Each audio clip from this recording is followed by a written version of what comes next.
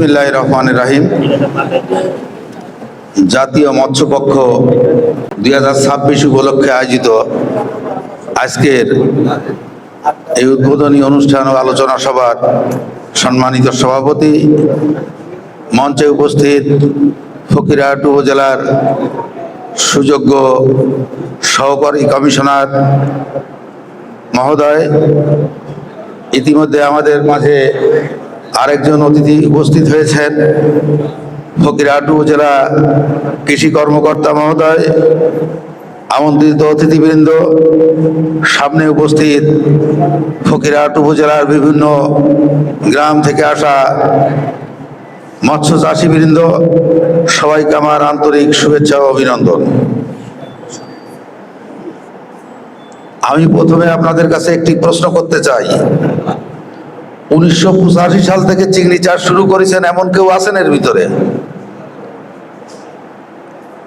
কেউ আছেন?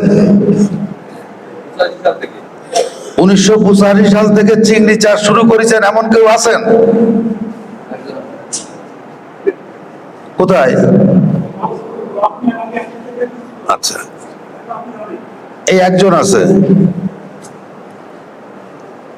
আমি 85 সালে এই চিংড়ি চাষ শুরু করি। বর্তমানে আমি কোনো চিংড়ি চাষ করি না। যেহেতু 85 সালের থেকে এই সেক্টরের সাথে আছি, এর সমস্যা আমি আপনাদের অনেকের চেয়ে বেশি জানি। 85 সালে যখন চিংড়ি চাষ শুরু করেছি, তখন এই পোনা কিনে ঘিরে দেওয়া লাগতো না, নদী থেকে প্রাকৃতিক উপায়েই আসতো। 90 সালে এসে এই ফলদিতার কাছে গলদা চিংড়ির ঘের করলাম। তখন রেণুপোনা বাজারে বিক্রি শুরু হয় নাই। তখন বাজারে পাওয়া যেত ফিঙ্গারলিং, আঙ্গুল সাইজের মাছ বিক্রি হতো ফলদিতায়, কোদালিয়া বাজারে, চিতলমারিতে।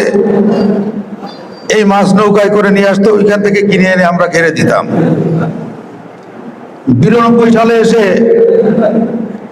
চোখে আসে না এরকম ছোট্ট ছোট্ট রেণুপোনা মার্কেটে আসা শুরু হলো। এই রেণুপোনা মার্কেটে আসা শুরু হলে রেণু দিয়ে চাষ করে কৃষকরা বেশি লাভবান হওয়া শুরু করলো। আমরা তখন ফকিরহাটে একটি সমিতি গড়ার উদ্যোগ নিলাম। এই নদীর পোনা বিক্রির জন্য একটি সমবায় সমিতি করলাম। আড়ত মালিকরা এই সমবায় সমিতির সদস্য হলেন। নোয়াখালী, বরিশাল, ভোলা, চিটাগাং, ফেনী, এই সমস্ত এলাকা থেকে রেণুপোনা নিয়ে এই মার্কেটে আসতো। ফকিরহাট, মোল্লাহাট, চিতলমারি চিংড়ি শিল্পে দ্রুত প্রসার করতে শুরু হলো। আমার যতটুকু স্মৃতিতে আসে, 75 সালের আগে ফকিরহাট বাজারে সারা বছরে যে চিংড়ি মাছ বিক্রি হতো, একজন ঘের মালিকের ঘেরে প্রতি সিজনে সেই পরিমাণ মাছ উৎপাদন হয়। এই উৎপাদন হয় এই চাষ করার কারণে। বাংলাদেশের নদ নদীতে আবহমান কাল ধরে এই চিংড়ি মাছ ছিল, বাজারে আসতো। আমরা মাছে ভাতে বাঙালি, এই মাছ কিনে নিয়ে যে বাড়ি খেয়ে দিয়ে শেষ।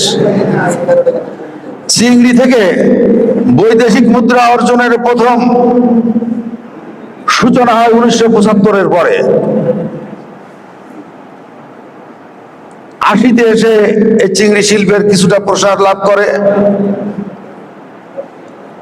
আস্তে আস্তে এই চিংড়ি শিল্প প্রসার লাভ করতে করতে যখন চিংড়ি শিল্প এদেশের সাধারণ কৃষকরা, অজ্ঞ, অশিক্ষিত, অর্ধশিক্ষিত কৃষকরা এই শিল্পকে যখন প্রতিষ্ঠিত রূপ দিতে গেল, তখন এর পিছনে বিভিন্ন রকম ষড়যন্ত্র শুরু হয়ে গেল।